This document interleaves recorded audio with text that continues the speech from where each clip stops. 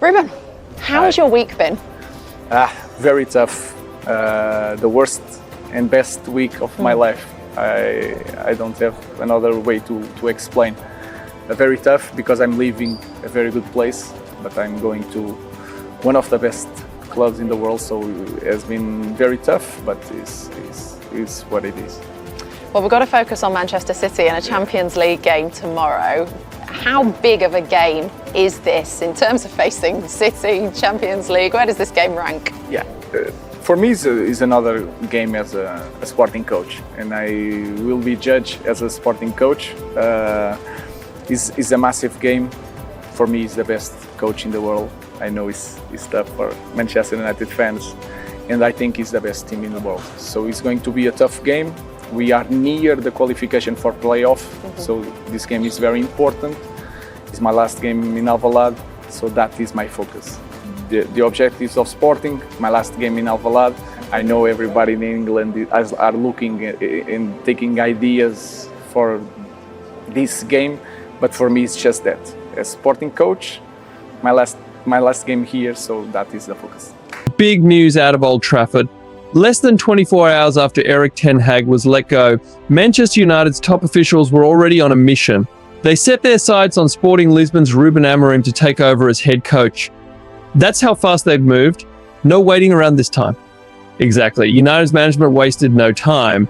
And just a few days later, they had a deal wrapped up. So Amorim's officially taking over on November 11th. That's just a week from now.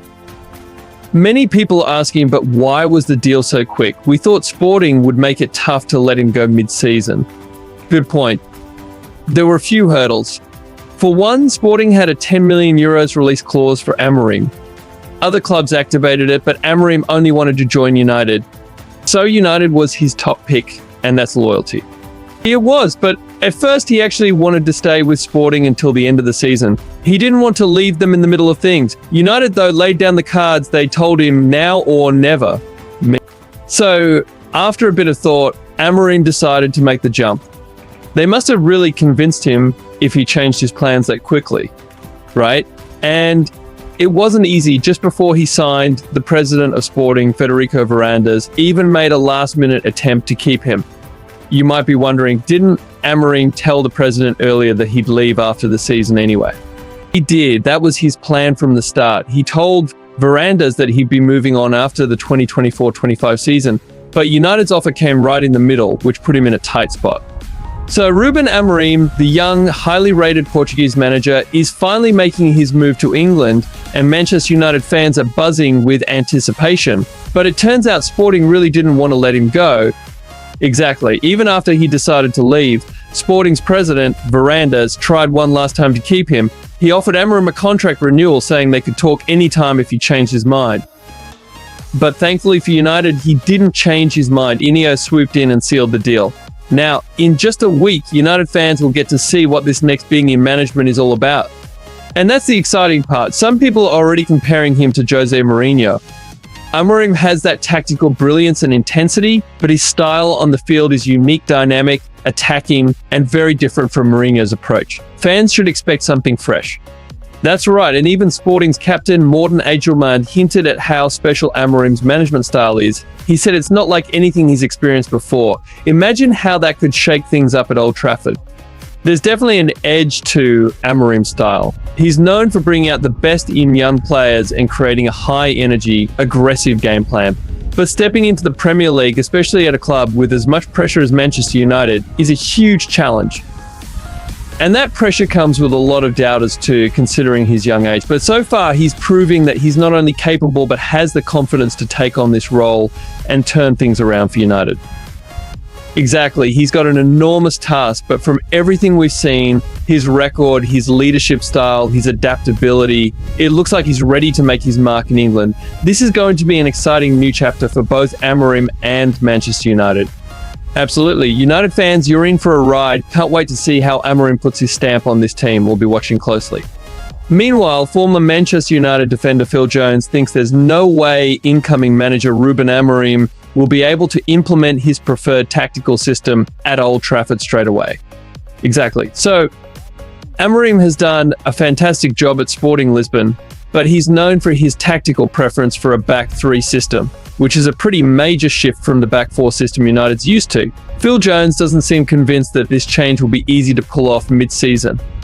Right. Phil mentioned on Match of the Day 2 that under Louis van Gaal, United tried a back three and had to spend countless hours on the training pitch just to get the distances and timing right. He made a great point that a back three isn't something you can just throw onto the pitch overnight. There's a lot of tactical precision required.